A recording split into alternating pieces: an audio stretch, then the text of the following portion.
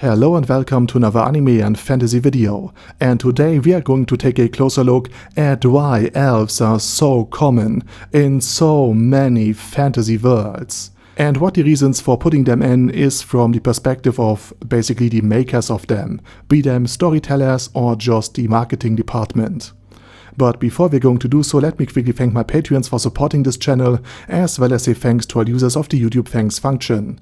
And with that said, let's get to the topic at hand. Elves are stable in many fantasy worlds, whether Western or Eastern, and it's easy to see why they are so popular. They are not only incredibly capable, and it's a commonly accepted fact that they possess enormous magical powers, making them believable in roles as powerful protagonists, antagonists, or just mysterious figures all the same, but this also means that they can be used in stories freely and without much need for explanation because everybody knows what an elf is. And on top of that, they are visually very appealing. Their beauty is often justified and legitimized by their elvish nature, allowing them to serve as, how do I put this, YouTube conformist, yeah, that's about it, for their respective fantasy universes, just like the thumbnail of this video for example. And due to their looks and their many positive qualities commonly associated with them, like beauty, sincerity, strength, wisdom, or a connection to nature, they are also what you might call brand safe.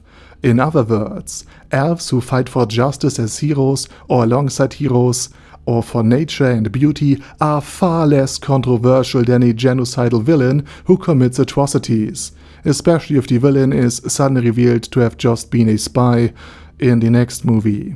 Of course, elves also benefit from the halo effect. This means that in real life we humans tend to believe that the more beautiful someone is, the more moral, competent, honest and noble they surely must be, because they look good. In other words, we subconsciously assume that you can see someone's goodness just by looking at them and judging how beautiful they are.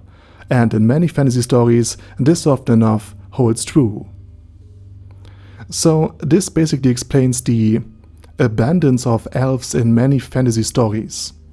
And with that said, now it's your turn. Let me know what you think about elves and why they are so common in so many fantasy stories, and what your favorite type of elf is. Again, let me know it down in the comment section.